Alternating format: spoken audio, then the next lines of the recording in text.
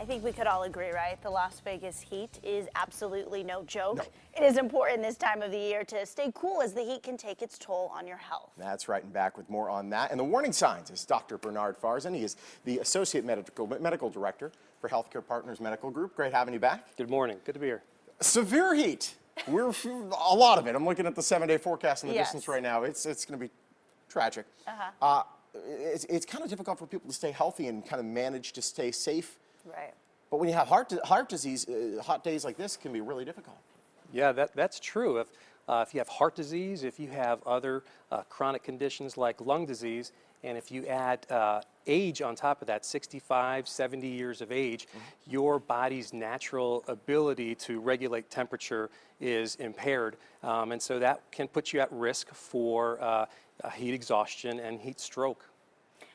Okay, when you say heat exhaustion and heat stroke, the biggest difference between the two, can you describe that? The two conditions kind of exist together.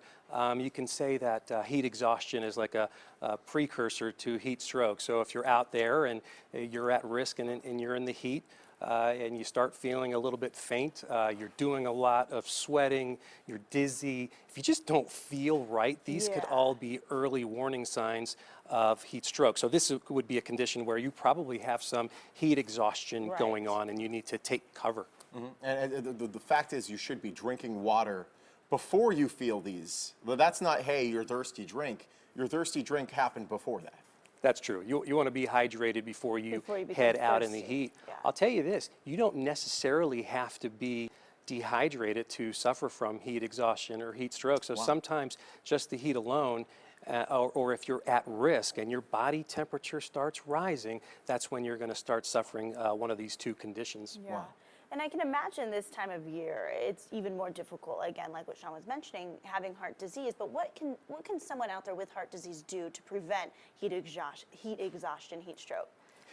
Good question. It's the basics. And you basically want to stay out of the heat if you can. If you have to go outside, if you have errands to run, do them early in the morning when it's not so hot. Do them late at night, but basically avoid that heat if you can. Stay inside and stay cool. There we go. Well, then good. I try to really stay inside as much as humanly possible. Don't walk the dog in the I'm middle so of the white. day. Let's talk about then for people that have questions about their heart health, rather than just going to Google, which so many people try to do.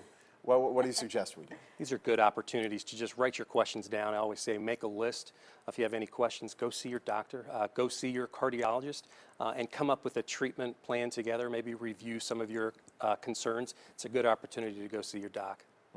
Well, thank you so much for being here today. I know it's like these temperatures, it's not like every part of the country. And when people come here, it's like you live in the desert. So you got to take care of your body and drink lots of water. I remember when I first moved here, that was the biggest thing is I started, like my hair started breaking off and weird things started happening to my body. Well, the dryness especially, because usually you perspire in other parts of the country, but here you might not notice it so much. What are other problems that you see coming to your office that could be heat related? You just might not feel well. If you're hot tired, and you're dehydrated, you know, your blood pressures might start going down.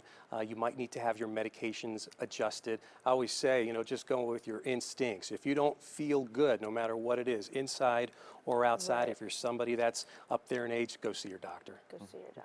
All right, doctor, it's a pleasure having you, and more resources are available on your website. Thank you. All right, it's great having you. Thank you so much. Stay cool this summer. If you'd like to find out more about Healthcare Partners and the services they offer right here in the Valley, you can just head to the website on your screen. They're also on Facebook and Twitter.